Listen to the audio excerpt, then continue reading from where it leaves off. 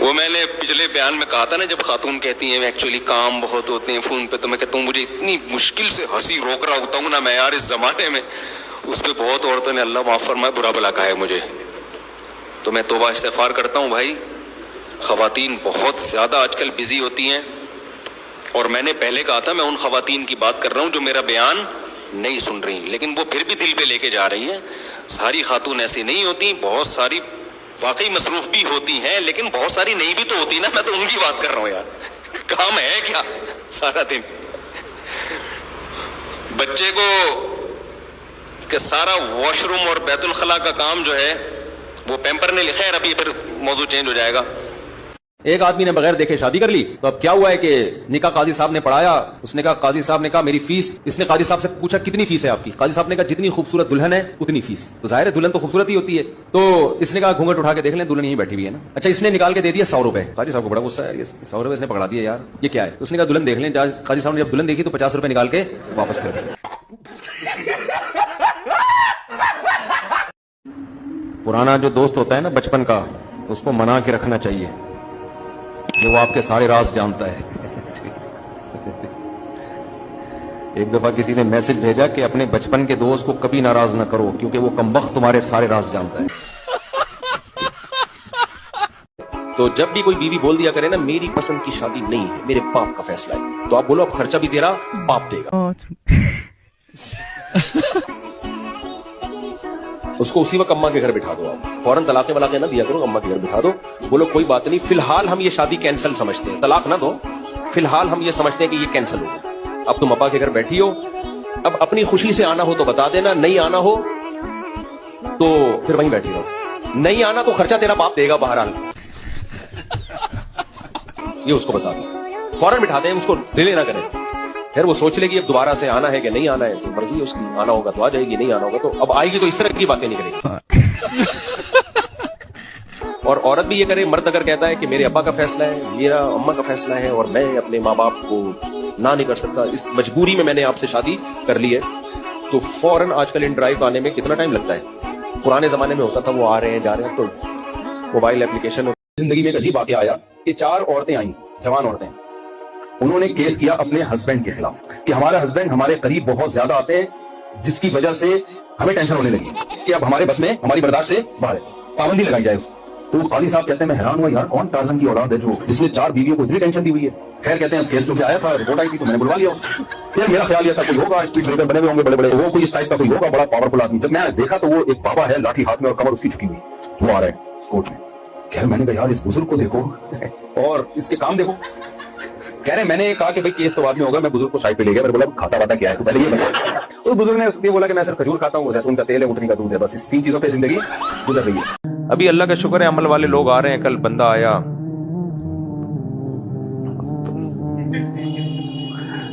چوتھی کر رہے تو خواتین جان سنی ہوتی ہیں، تو سادہ طریقے سے بالکل سے کیا اس نے. تو سادہ بناؤ، اس کو آسان کرو. وہ مجھے لطیفہ یاد آ رہا ہے کہ وہ ایک آدمی اللہ سے موت مانگتا تھا. ایک دن درخت کے نیچے بیٹھا ہوا تھا تو دعا مانگ رہے، اللہ میں قرضوں سے تنگ آ گیا ہوں، بیوی نافرمان ہے، بچے نافرمان ہیں، اے اللہ موت دے دے. اوپر ایک شرارتی بندہ چھپ کے بیٹھا ہوا تھا، اس نے ایک پھندا پھینکا اوپر سے، گول پھندا تھا، رسی میں پھینکا اوپر.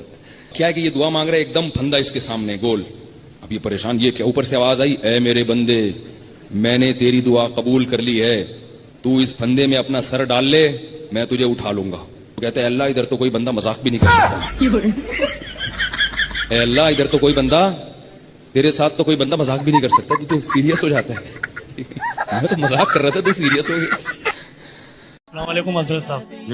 حضرت صاحب آپ دوسری تیسری شادی کی بات کرتے ہو، ہمارے گھر میں تو اگر ہم دوسری شادی کی بات کر دیتے تو جنگ چھڑ جاتی ہے.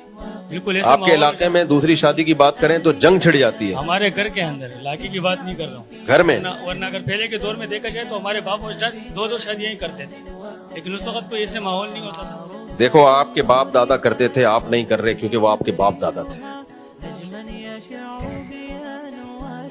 تو آپ بھی 2-4 شادیاں کر کے بہت سو کے باپ دادے بن جاؤ. آپ یہ تو جنگ تو چھڑے گی بھائی، جب دوسری شادی ہوگی جنگ چھڑے گی، یہ تو نیچرل ہے. اس میں یہ کہنا کہ نہیں چھڑے کوئی بات نہیں, والدہ کو بھی مخالفت کرنے تو آپ اپنا کام کرو, والدہ سے اچھے سلوک سے بات کرو. اب اماں کو بولو اماں ایک بہو آپ کی خدمت کر رہی, میں چاہتا ہوں 4 بہویں آپ کی خدمت کریں. مجھے یہ بالکل پسند نہیں ہے کہ ایک بہو آپ کے پاؤں دبا رہی ہے, سر دبانے والا کوئی ہے ہی نہیں, مجھے بالکل پسند نہیں ہے. اسٹائل چینج کرو تھوڑا سا. 3 پھینکو بیٹھے ہوئے تھے. ایک نے کہا میرے ابا اتنی گرم چائے پیتے تھے کہ کیتلی سے نکالتے ہی پی جاتے. دوسرے نے کہا میرے ابا اس سے بھی گرم چائے پیتے تھے. اس نے کہا اس سے گرم کیسے پیئیں گے؟ اس نے کہا ایسی چائے تھی کیتلی سے منہ لگاتے تھے. اب تیسرے کے پاس بولنے کے لیے کچھ بچا نہیں تھا. اس نے کہا میرے ابا پتی کھاتے تھے, چینی کھاتے تھے, دودھ پیتے تھے, توے پہ بیٹھ جاتے تھے.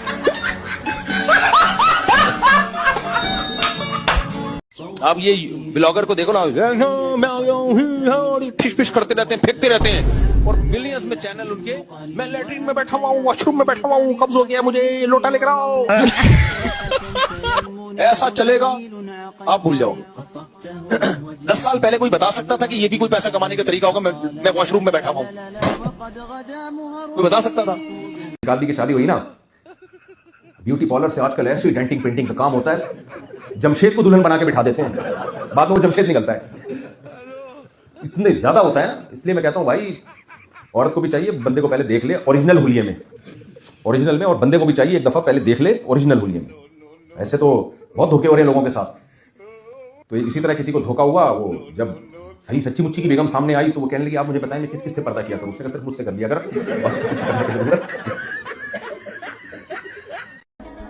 27ویں رات کو ختم قرآن پہ اعتکاف والے رو رو کے پاگل ہو گئے.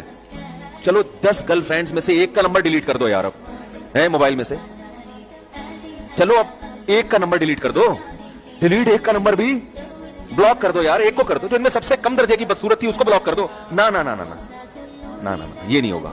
تو رو کیوں رہا ہے؟ یہ ڈرامے بازی ہے کہ نہیں ہے؟ ایک آدمی میرے پاس آیا, کہنے لگا مفتی صاحب میری بیوی کی نہ شکل اچھی ہے اور نہ بات کرنے کا انداز اچھا ہے. جس نشید میں ہلکا ہلکا سا میوزک آتا ہے اسے سننا جائز ہے کیا؟